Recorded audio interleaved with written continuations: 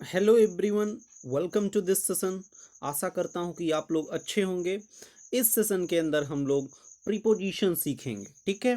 तो देखिए, प्रीपोजिशन जैसा कि वर्ड से, इसके नेम से ही पता चल रहा है कि अगर हम इसको तोड़ें तो प्री यानी कि पहले, और पोजीशन यानी कि ये किसी वर्ड के पहले प्रीपोजिशन लगेंगे और उस वर्ड की पोजीशन बताएंगे या उसका रिलेशन बताएंगे, ठीक है।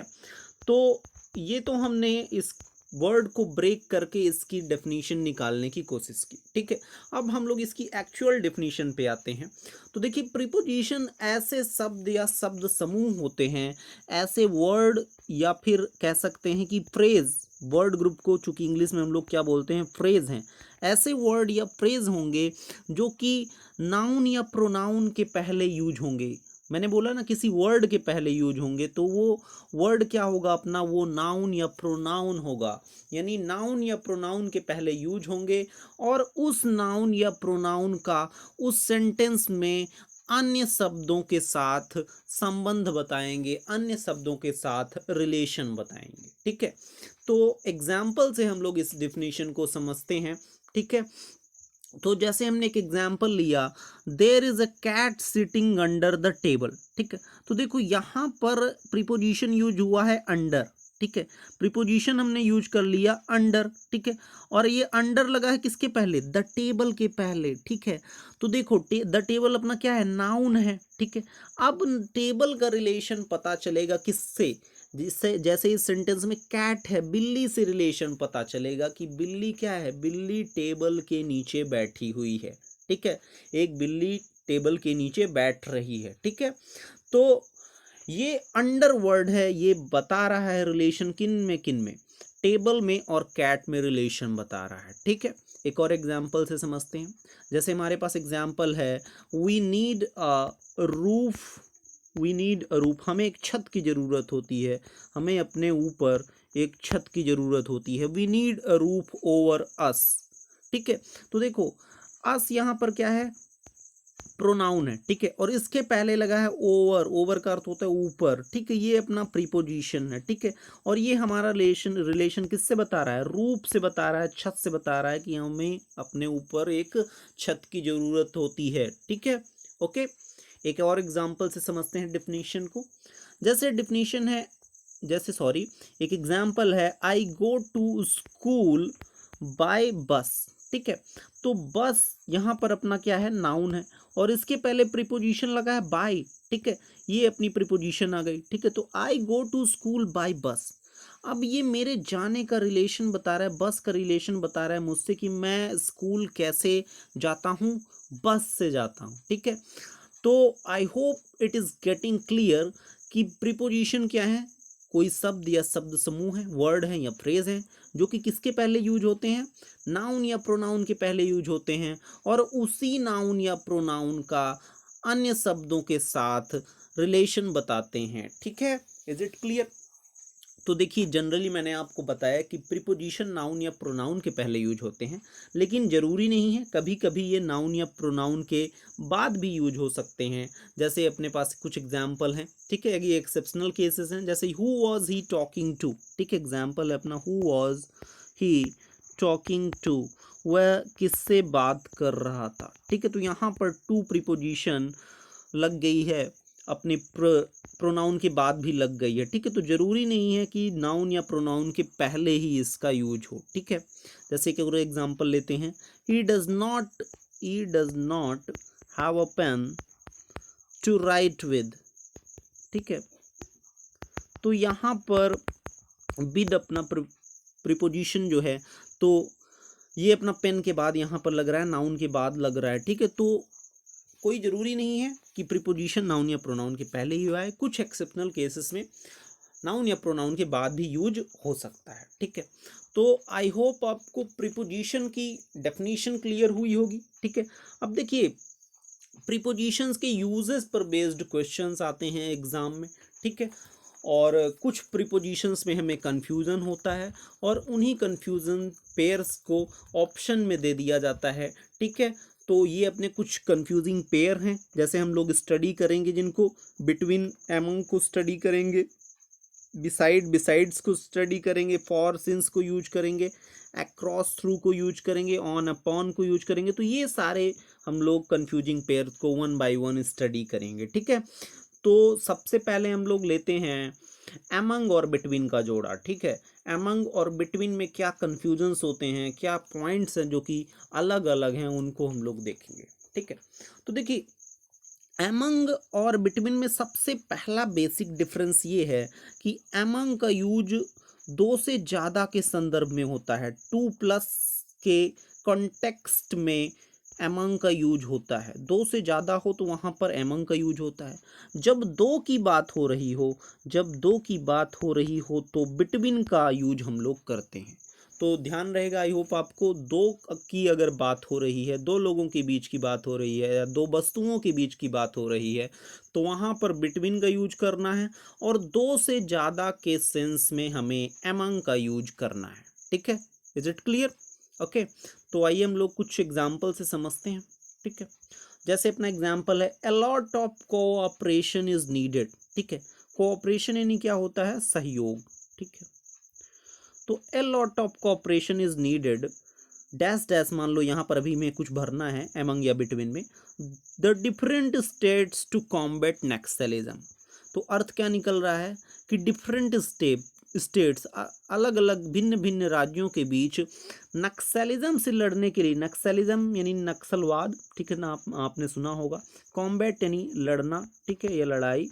तो नक्सलिज्म के खिलाफ लड़ने के लिए डिफरेंट स्टेट्स के बीच में, अलग अलग राज्यों के बीच में बहुत ज़्यादा कोऑपरेशन यानी कि सहयोग की ज़रूरत है। तो देखो, चूंकि यहाँ पर द डिफरेंट स्टेट्स लिखा हुआ है, अब यहाँ पे क्लियर नहीं है कि 2 स्टेट्स हैं या 3 स्टेट्स हैं, ठीक है।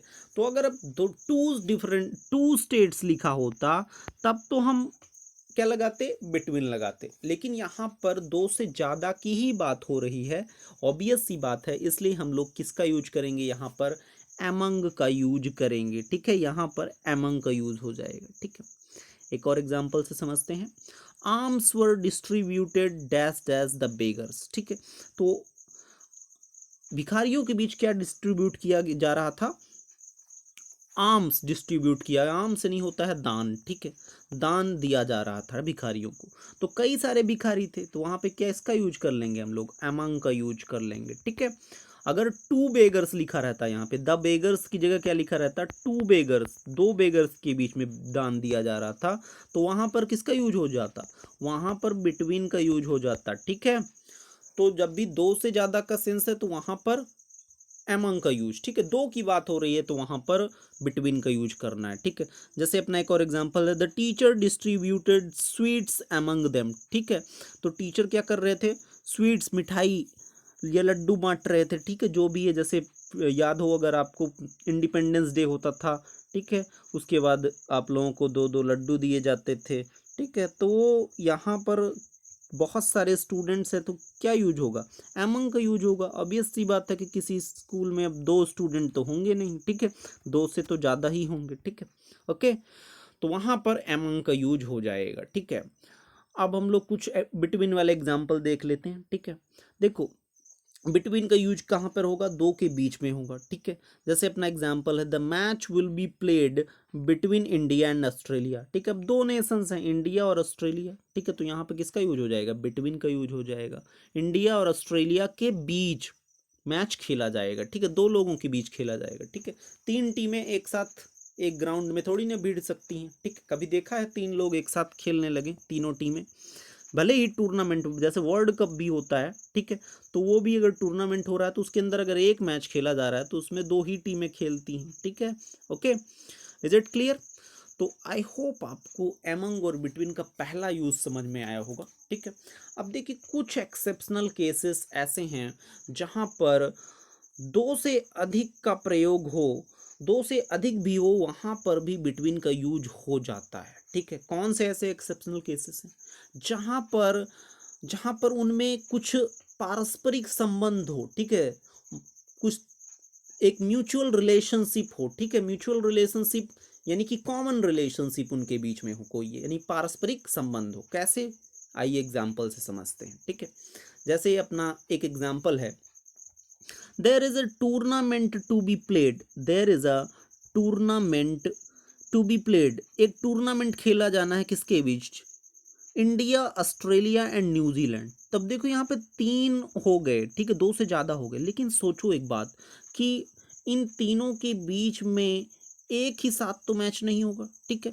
कैसे मैच होगा, ऑब्वियस सी बात है, एक मैच 2 टीमों के बीच में होगा, ठीक है, फिर से एक मैच 2 टीमों के बीच में होगा, इस तरह से एक फाइनल मैच फिर होगा, फिर जीतेगा कोई, तो मैच तो आखिर 2 लोगों के बीच में ही होगा, यानी कि म्यूचुअल रिलेशनशिप बन रहा है, ठीक है। तो यहाँ पर बिटवीन का यूज होगा, एमंग का यूज नहीं होगा, ठीक है। Is it clear.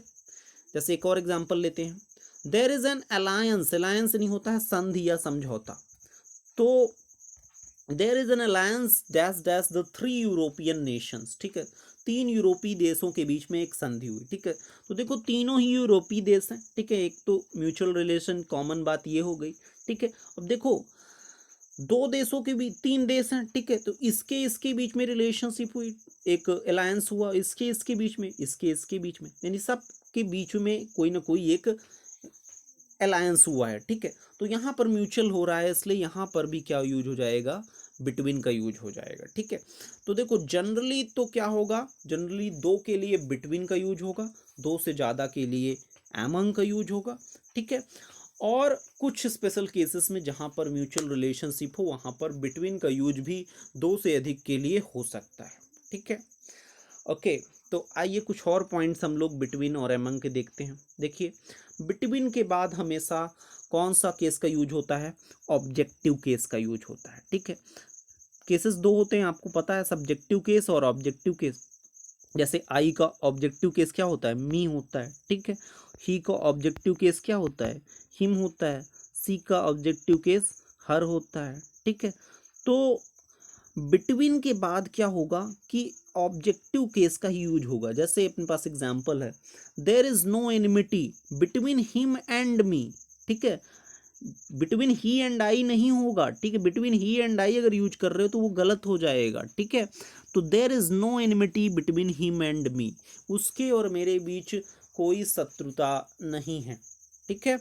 ओके, एक और पॉइंट इंपॉर्टेंट है, आपने अभी तक देखा होगा, जैसे इसी एग्जांपल में देखा आपने कि बिटवीन के बाद कंजंक्शन कौन सा लग रहा है, एंड कंजंक्शन लग रहा है, जोड़ने के लिए एंड कंजंक्शन यूज करते हैं बिटवीन के बाद। तो आप लोगों को आई होप ध्यान रहेगा, ठीक है, कि बिटवीन के बाद हम लोग एंड कंजंक्शन का यूज करते हैं, ठीक है।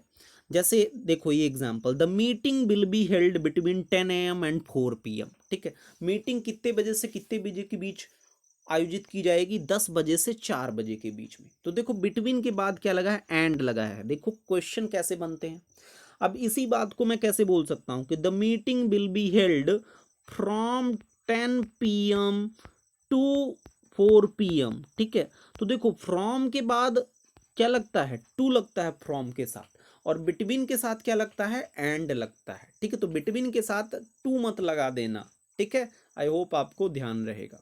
Okay, next we have a very important point कि बिटवीन के बाद देखिए जो भी नाउन या प्रोनाउन यूज होते हैं, आप देख ही रहे हो कि वो क्या रहते हैं, प्लूरल फॉर्म में रहते हैं, ठीक है। ऑब्वियस सी बात है, 2 के बीच की बात होगी या 3 के बीच की बात होगी, ठीक है, तो वो तो प्लूरल ही रहेंगे। आपको पता है कि 1 अगर इंग्लिश में है तो वो सिंगुलर है, ठीक है, और जैसे ही 2 हुआ तो वो क्या हो जाता है, प्लूरल हो जाता है। तो 2 या 2 से ज़्यादा की बात ही होगी, ठीक है, तो वो प्लूरल रहेगा। तो ऑब्वियस सी बात है, बिटवीन के बाद नाउन या प्रोनाउन जो भी यूज होगा वो अपना प्लूरल फॉर्म में होगा, ठीक है। जैसे बिटवीन द कंट्रीज या between 2 countries, between 2 student, between them, ये भी अपना क्या है, प्लूरल ही है। बिटवीन अस, हमारे बीच, ठीक है। तो आपको ये ध्यान रखना है कि ये प्लूरल फॉर्म में रहेगा, ठीक है। अब देखिए बिटवीन के बाद कभी भी ईच या इब्री का यूज नहीं होगा। अगर ईच या इब्री का यूज हो रहा है, जैसे देखो बिटवीन ईच बॉय, ये क्या है, गलत हो गया, सभी लड़कों के बीच। अब ईच बॉय ऑब्वियस सी बात है, कई लड़के होंगे, इसलिए यहाँ पे बिटवीन ईच बॉय नहीं, एमंग ईच बॉय का यूज होगा, ठीक है। इब्री गर्ल, सारी लड़कियां, कई सारी लड़कियां होंगी, ठीक है, तो वहां पर भी एमंग का यूज होगा, बिटवीन का यूज नहीं होगा।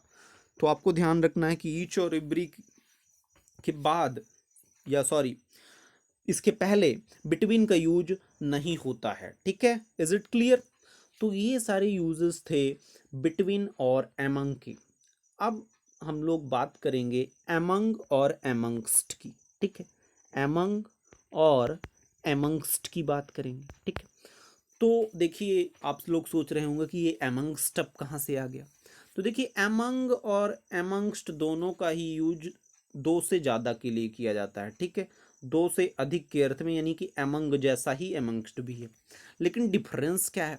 डिफरेंस देखिए ये है कि एमंग का यूज किया जाता है कॉन्सोनेंट साउंड के लिए, ठीक है, मॉडर्न इंग्लिश में, ठीक है। अगर आप बहुत क्लासिक इंग्लिश बोल रहे हो तो कॉन्सोनेंट साउंड अगर है, जैसे अगर कार है, ठीक है, तो यहाँ पर ऑब्वियस सी बात है कि कॉन्सोनेंट साउंड आ रहा है तो एमंग का यूज होगा, ठीक है। और अगर वॉवेल साउंड आ रहा है तो वहां पर एमंगस्ट का यूज करेंगे हम लोग, ठीक है। ओके, जैसे एमंग देम, ठीक है, तो देम यहाँ पर फर्स्ट साउंड ऑफ प्रोनाउंसिएशन कैसा आ रहा है? कॉन्सोनेंट आ रहा है, इसलिए इसके पहले एमंग का यूज होगा, ठीक है। ओके, और अस, अब इसके पहले अगर यूज करना हो, ठीक है, तो अगर आपको ऑप्शन हो एमंग और एमंगस्ट, दोनों ऑप्शन अवेलेबल हो, ठीक है, तो अस यहाँ पर आ जो प्रोनाउंसिएशन आ रहा है वो कैसा है? फर्स्ट साउंड ऑफ प्रोनाउंसिएशन वो वॉवेल साउंड दे रहा है, ठीक है, इसलिए इसके पहले क्या यूज कर लेंगे? एमंगस्ट का यूज कर लेंगे, ठीक है। Is it clear? I hope आपको ये पॉइंट एमंग और एमंगस्ट का समझ में आया होगा, ठीक है। अब देखिए, अगर द का यूज है, ठीक है, तो द के पहले एमंग का भी यूज हो जाता है और एमंगस्ट का भी यूज हो जाता है, ठीक है। एमंग द बॉयज भी सही है और एमंगस्ट द बॉयज भी सही है, ठीक है, क्योंकि द के साथ अपन प्रोनाउंसिएशन अब नहीं देखेंगे, दोनों सेम ही रहेगा चूंकि, ठीक है, इसलिए एमंग और एमंगस्ट का यूज दोनों का वहां पर हो जाएगा, ठीक है। तो ये डिफरेंस था एमंग और एमंगस्ट का, ठीक है। अब देखिए, आपने सुना होगा एक और पॉइंट, एक वर्ड सुना होगा एमिड और एमिडस्ट। ओके, अभी आप लोग जैसे कोरोना वायरस क्राइसिस चल रहा है, ठीक है, तो आप लोग सुनते होंगे कि एमिड, ठीक है, एमिड कोरोना क्राइसिस, ठीक है। तो एमिड का मतलब होता है के दौरान के सेंस में भी इसका यूज किया जाता है, ठीक है। ओके, तो और सिमिलरली एमिड और एमिडस्ट का यूज वैसे ही होता है जैसे एमंग और एमंगस्ट का होता है, ठीक है, उस तरह से भी इसका यूज हो जाता है, ठीक है। तो एमिड का यूज कहाँ पे होगा? कॉन्सोनेंट साउंड अगर है, ठीक है, कॉन्सोनेंट साउंड है तो एमिड का यूज, और अगर वॉवेल साउंड है तो वहां पर एमिडस्ट का यूज करते हैं, ठीक है, और दा के साथ दोनों का ही यूज हो जाता है, ठीक है। ओके, अब जो अपनी अनकाउंटेबल नाउन, एक इंपॉर्टेंट पॉइंट कि इनका यूज अनकाउंटेबल नाउन के साथ भी हो जाता है। जो अपने एमंग और एमंगस्ट हैं उनका यूज तो काउंटेबल के साथ होता है, दो या दो से ज्यादा का सेंस हो वहां पर यूज होता है, लेकिन एमिड और एमिड्स का यूज अनकाउंटेबल के लिए भी होता है, ठीक है। जैसे यूज कर रहे थे अपन कोरोना क्राइसिस, ठीक है, तो वहां पर भी वो अनकाउंटेबल, ठीक है, इसलिए एमिड और एमिस्ट का यूज वहां पर भी हो जाता है, ठीक है। एग्जाम्पल से समझते हैं। The bill was passed एमिड pandemonium, ठीक है। अब देखिए, बहुत ही वर्ड है अपना एक पैंडेमोनियम, इसका अर्थ क्या होता है? हल्ला, बहुत ज्यादा हल्ला या शोर शराबा, ठीक है। तो अब ये अपना क्या है? अनकाउंटेबल ही है, ठीक है। हल्ला या शोर शराबा को आप गिन तो नहीं सकते हो कि एक हल्ला दो हल्ला, ठीक है। तो यहाँ पर हम लोग जैसे the bill was passed एमिड pandemonium, इसका अर्थ क्या हुआ कि भारी शोर शराबे के बीच, ठीक है, किसके बीच? भारी शोर शराबे के बीच बिल को पास कर दिया गया, ठीक है। Is it clear? ओके, तो यहां पर के बीच ही सेंस निकल रहा है, लेकिन चूंकि अपना अनकाउंटेबल है इसलिए एमिड का यूज कर रहे हैं। और पैंडेमोनियम, ठीक है, तो देखो प्रोनाउंसिएशन अपना कैसा है? कॉन्सोनेंट है, ठीक है, इसलिए एमिड का यूज कर रहे हैं, ठीक है। एक और एग्जांपल देखो एमिडस्ट का। You are sitting amidst us and talking against us, तो देखो अस यूज हुआ है, अस प्रोनाउंसिएशन कैसा दे रहा है? First sound of pronunciation vowel दे रहा है, ठीक है, तो इसलिए अपन एमिडस्ट यूज कर रहे हैं। अर्थ क्या होगा इसका? यू आर सिटिंग एमिडस्ट अस, तुम हमारे बीच में बैठे हुए हो, एंड टॉकिंग अगेंस्ट अस, और हमारे ही खिलाफ बोल रहे हो, ठीक है। Is it clear? तो किसी के बीच में बैठ के उसी के खिलाफ मत बोलो, ठीक है, वरना क्या पता मिल के सब मार दे, ठीक है। Is it clear? तो आई होप आपको एमंग और बिटवीन का यूज क्लियर हुआ होगा, ठीक है। तो आज की क्लास में हम लोग इतना ही रखते हैं, ठीक है। अगली क्लास में हम लोग बाकी प्रीपोजिशंस को करेंगे, ठीक है। तो कमेंट करके बताओ कि आपको वीडियो कैसा लगा, ठीक है। चैनल को सब्सक्राइब जरूर करें, ठीक है। अपने बाकी फ्रेंड्स, रिलेटिव्स सबको शेयर करो और मैसेज करके बोलो कि चैनल को सब्सक्राइब करें। तो पढ़ते रहिए। Thank you very much for watching the whole video.